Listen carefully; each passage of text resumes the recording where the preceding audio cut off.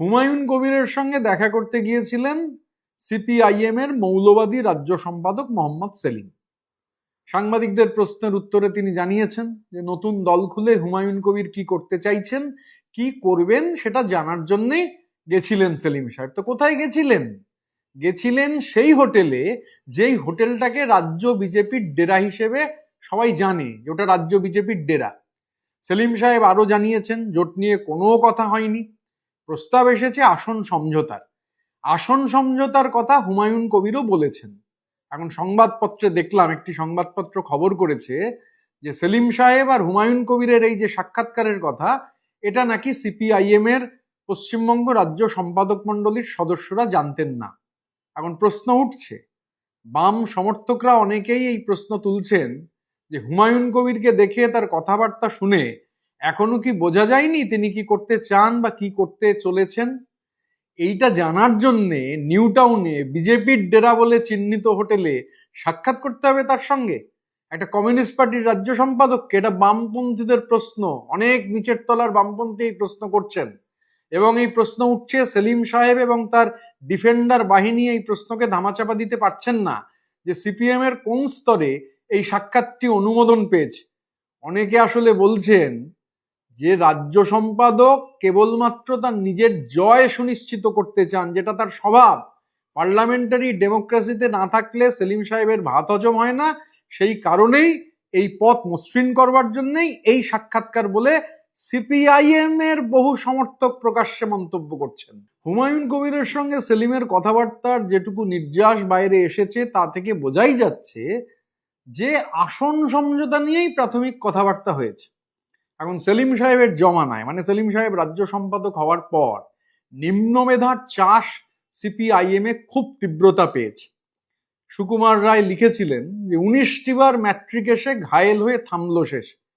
19 বার নয়, সিপিআইএম এর মধ্যে সেলিম সাহেব সেই নিম্ন মেধার তরুণ তুর্কিদের প্রমোট করছেন যারা বারবার গ্র্যাজুয়েশনে ঘায়েল হয়েছে। বারবার গ্র্যাজুয়েশনে ঘায়েল হওয়া ফেলুদাদের তিনি প্রমোট করেছেন। স্বাভাবিকভাবে সেই ফেলুদাদের দায় রয়েছে সেলিম সাহেবের হয়ে কথা বলবার। তাই সেই এরম ফেলুদারা আর কি, তারা বলতে শুরু করেছেন এতে অসুবিধা কোথায়? নৈতিকতার দায় কি কেবল সিপিআইএম এর?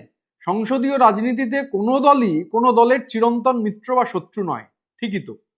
তাহলে মেনে নেওয়াই যায় যে এই যে সিপিআইএম ক্রমাগত বলে যে সব দল অনৈতিক, শুধুমাত্র নৈতিক হচ্ছে সিপিআইএম, অন্য কারুর হচ্ছে নৈতিকতা নেই, কেবলমাত্র নৈতিকতার পরাকাষ্ঠা সিপিএম, নৈতিকতার সমস্ত দায় সিপিএম নিয়ে রেখেছে। এই যে কথাটা তারা বলেন, তাহলে কথাটা বলাটা বন্ধ করতে হবে। যেন তেন প্রকারণে ভোটে জেতাই সিপিআইএম এরও যে একমাত্র লক্ষ্য, এটা পরিষ্কার। আর এই প্রশ্নও জাগছে যে হুমায়ুন কবিরের সঙ্গে আসন সমঝোতা যদি হতে পারে, তাহলে বিজেপির সঙ্গে প্রকাশ্যে নয় কেন? একমাত্র এজেন্ডা তো বাংলার জননেত্রী মমতা বন্দ্যোপাধ্যায়কে পরাজিত করা। এবং গোপনে আমাদের রাজ্যে যে রাম বামের জোট 2016 পর 2019 এবং 2021 যেভাবে বামপন্থীরা, বিশেষ করে সিপিআইএম, তাদের ভোট বিজেপির দিকে ট্রান্সফার করেছেন, এই যে রামবাম জোট, এটা সবাই জানে। এবারে তাহলে প্রকাশ্য হোক, প্রকাশ্য হতে তো কোনো অসুবিধা নেই, প্রকাশ্যেই বিজেপির সঙ্গে সিপিআইএম জোট করুক, এর মধ্যে সমস্যা কোথায়? সেলিম সাহেব 2 দফায় রাজ্যসভার এমপি ছিলেন। দ্বিতীয় দফা শুরু হওয়ার কিছুদিন বাদে সেলিম সাহেবকে সিপিএম নিয়ে আসে, এন্টালিতে ক্যান্ডিডেট করে। সেলিম সাহেব এন্টালির এমএলএ হন এবং মন্ত্রীও হন। এখন মন্ত্রী হওয়ার পরবর্তীতে সিপিএম এর পার্ক সার্কাস জোনাল কমিটি জেলা ও রাজ্য সিপিএম এ একটি চিঠি দিয়েছিল। সিপিএম জোনাল কমিটির পরিষ্কার অভিযোগ ছিল সেলিম সাম্প্রদায়িক রাজনীতি করছেন, সেলিম সাম্প্রদায়িকতাকে প্রমোট করছেন। এই ঘটনার কিছুদিন পর নিশ্চিতভাবে হঠাৎ করেই তাকে নিয়ে আসা হয়েছিল দিল্লি থেকে। আবার 2004-এর লোকসভা নির্বাচনে তাকে উত্তর কলকাতায় প্রার্থী করা হয়। তিনি উত্তর কলকাতা থেকে প্রার্থী হয়ে চলে যান রাজ্য ছেড়ে, লোকসভার সদস্য হন।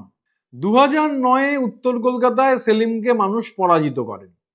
পরাজিত হওয়ার পর আর উত্তর কলকাতা মুখ সেলিম সাহেব হননি। 2014 সালের নির্বাচনে অনেক খুঁজে পেতে সেলিম অঙ্ক কষে দেখেন যে রায়গঞ্জে যদি দাঁড়ানো যায় তাহলে শিখে ছিঁড়লেও ছিঁড়তে পারে। এবং আমাদের দেশের সংসদীয় ইতিহাসে একটি অনন্য রেকর্ড সেলিম সাহেব গড়েন। 2014 সালে মাত্র 28.7% ভোট, 28.7% ভোট পেয়েছিলেন সেলিম, এবং তালেগোলে হরি বলে 1634 ভোটে সেলিম সাহেব রায়গঞ্জ লোকসভা নির্বাচনে জয়ী হন। মনে রাখতে হবে, মাত্র 28.7%, 28.7% ভোট, আর জেতার মার্জিন ছিল 1634। 2019-এর লোকসভায় সেলিম সাহেব পরাজিত হন। তো এটা খুব স্বাভাবিক যে কোনো লোকসভার এমপি একটা লোকসভায় জিতেছেন, পরের লোকসভায় পরাজিত হতেই পারেন। কিন্তু যে জন্য 2019-এর লোকসভা বিশেষভাবে তাৎপর্যপূর্ণ, রায়গঞ্জের বিপ্লবী এমপি, জনদরদী এমপি, যাকে দেখলে মানুষ নাকি উদ্বেলিত হয়, সেই সেলিম সাহেবের জামানত রায়গঞ্জের মানুষ জব্দ করে দেন। মাত্র 14.3% ভোট পান সেলিম সাহেব, 14.3% ভোট।